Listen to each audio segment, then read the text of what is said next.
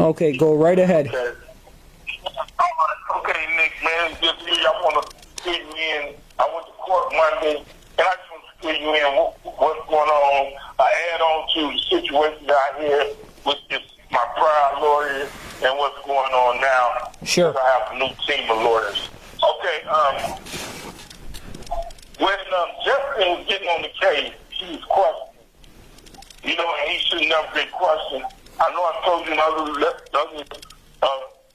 thing that Carlos Garcia refused to get off my case, which is ethical violation. And Justin, he put Justin in a situation. You know, Justin is a fairly new lawyer. He's only been a lawyer 7 years. Right. And he's a lawyer. And what the lawyer Carlos did, he told him about this motion that he had to file to substitute counsel. The bottom line is you don't have to file that motion to substitute counsel because your constitutional right is to hire and fire your attorney. You don't have to file a motion to substitute counsel because that's getting the judge involved in your case. And that's what the attempt was by Carlos to do is maneuver my lawyer into a situation, Justin into a situation where he has to file his motion to substitute counsel and get the judge involved. So what ended up happening when I went to court on the Zoom here and everybody was up in arms about Justin and the two out-of-state attorneys, and they were all on TV with Justin. By filing his motion, he allowed himself to be questioned. Right. You know what I'm saying? By the judge. And the judge should never question my attorney because anytime that I want to hire an attorney, that's my business, what his skills are and this and that. But see, and so what happened, they gave Justin 28 days for the out-of-state lawyers to get certified, but that shouldn't even have been an issue because that shouldn't have been an issue a judge should do. But what happened in the process, the University of Texas, I got a professor there that I know by the name of Raw, and I trust Raw. And Carlos and the prosecutor, you know that I trust Raw. He's been visiting me for some time now. So what they did was, what I believe is contacted Raw and recommended Raw, recommended this attorney named Michael Ware. Now, Michael Ware is a good attorney as far as what I've learned because he did a case for the Innocent Project, and he got this guy named George Brown a new trial. Okay. Right? But right. But he did that in my courtroom, the courtroom that I'm in, under Judge Gatt, right? Right. Judge Gatt gave him a new trial. So I was concerned that this lawyer was recommended because he had a case in his courtroom and the judge that gave him a good ruling. And so for some people that would be good, you know. Right. And to me, at first I looked at it as being something good.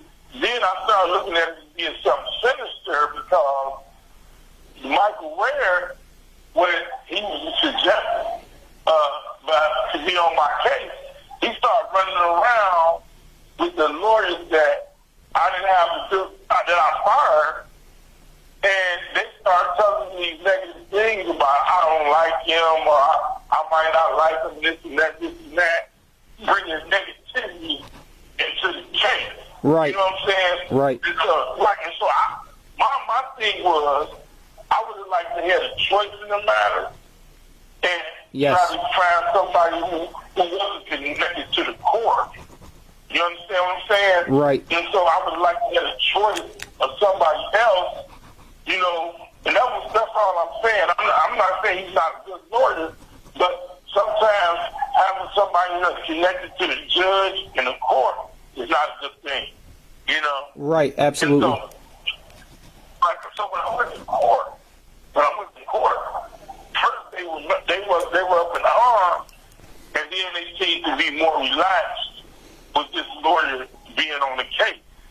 And the judge is being involved in the hiring of my attorneys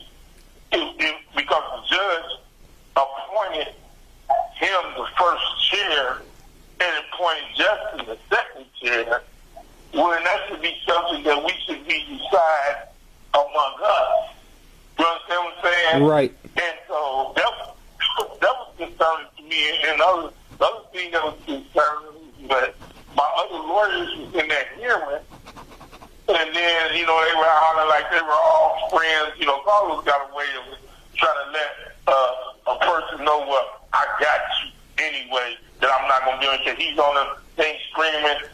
He's trying to let me know that he's been talking to this guy and asked him, did he get in to visit me, and while he was talking on the phone, and, all these things he's trying to signify to me that I got him, he's going to be on, my side, So I was concerned about that, Right. But, I talked to people, man, and they said give him a try, give him a choice. But, I have no choice but to do that.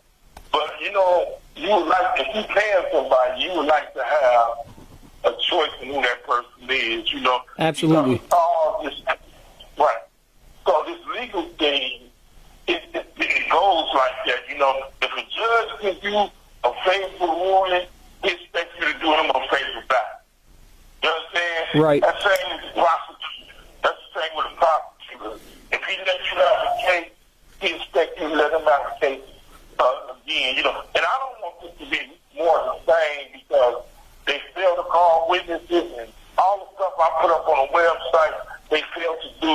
And it's hard to trust these people after they know that I'm innocent. Right.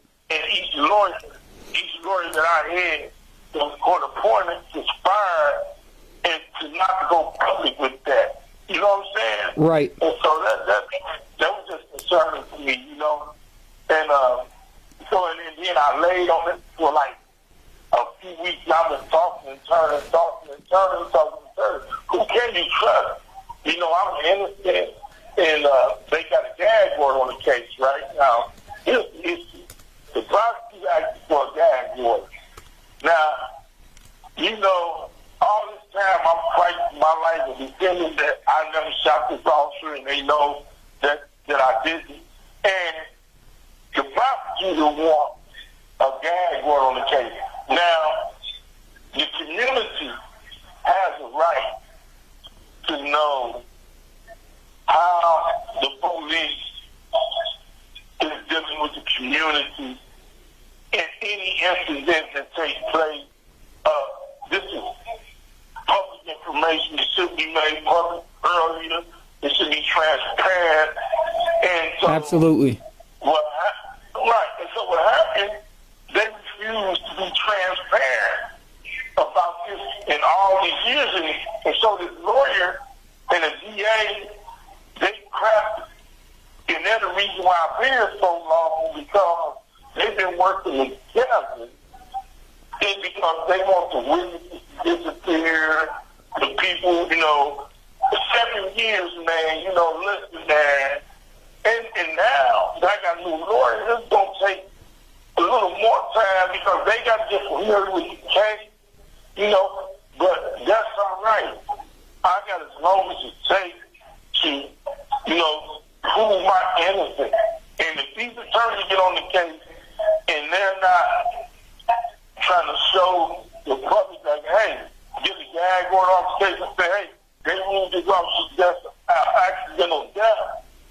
And, make sure they haven't destroyed all the paperwork in my case and stuff like that, man. Again, I would know that they're not working in my best interest. Right. You know what I mean? Right. Because I told them, man, I said, this can't be more of the same thing. And so if the DA and the judge have something to do with it, they happy that this lawyer's on my case, my position is this is going to be more of the same. Because this lawyer already have made critical errors in my case.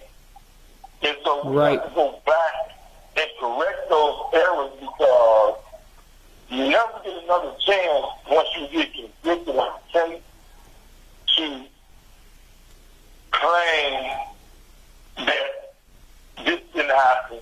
Because the appellate court is going to say that you waived that issue. And so, like I said, I want them to challenge this affidavit. They never said I did anything wrong, and I want them to challenge it right. And I want them to get a ruling of conclusion of law, a fact from the judge, I want them to call all these officers who are professional witnesses, the ones who were there, the ones who did the report. Man, none of these officers haven't been called in yet to, they're supposed to come in. This is up from the case. Right. And except you got something called a motion due seeker. And under this motion, you like every lawyer who has something to do with the case to show up and bring this record of his involvement in the case. Because it's up from the case, you got a right to do that. It's different from a regular murder case. And so I need them to get on the ground, get these police officers in here, and get them sworn in, and have them bring what they know about the case, their record, if they got any, and I need them to be questioned if they got any write-ups and all this stuff and what happened. Not get into the case, but bring what they supposed to bring. And right. So, yeah, and that's what I'm fighting against, Nick, is injustice, And so, let's go, man. You know what I'm saying? Let's because this lawyer has put me behind on this case, man. We got to find witnesses. We want Dennis Baldwin to show up. We want the FBI. We want everybody involved in this case to give what they know, because this is a cover-up. Yes, it is. Yep. And so, yep. And I don't want to be accused of, killing a police officer, and I didn't do it. You know what I'm saying? Right. So, a lot of times with the gag order, you can't wait till you get to court, because the gag order, it protects some people, but it don't protect all people. You understand what I'm saying? Yeah. And so the gag order is to protect the prosecutors after they put this negative lie out that I shot this officer and that they were looking for drugs, and affidavit doesn't say that, and it's invalid, and then I shot this officer, and so, they put all this information out to the public, and this is all the public heard, so if the public hears something enough, they're going to believe you, and it don't even take that much for them to convict you of a police shooting, even if you're innocent in this area right here. Right. According to my lawyer. So, it's been tough, man, and that's why I want the truth to be put out there, and I want these officers, man, to stand up for the truth and be accounted for, and stand up for Disney and stand up for his family. And like I said, before they came to my house, they never had nobody told them all this information. You have 1 minute left. And so I'm gonna call you back after this. Okay. Just kind of when it hang up. So yeah, so I'm fighting it. By the grace of God, I got my faith. I believe in God. You know what I'm saying? Sometimes, man, I get weary. But I'm not perfect. You know what I'm saying? And I keep working on my faith, man, to make it stronger, and to just, this is tough, man. It's tough. And 7 years has been a long time for me. And, it's been tough, man, but I'm fighting. And thank you, people like you who've been in my corner, and people that's been there for me. I like to thank you for that, for being there for me and everything you've done. And I tell people to get in contact with you. A lot of people to get in contact with you and get on that Thank you for Facebook. using Securus. Goodbye.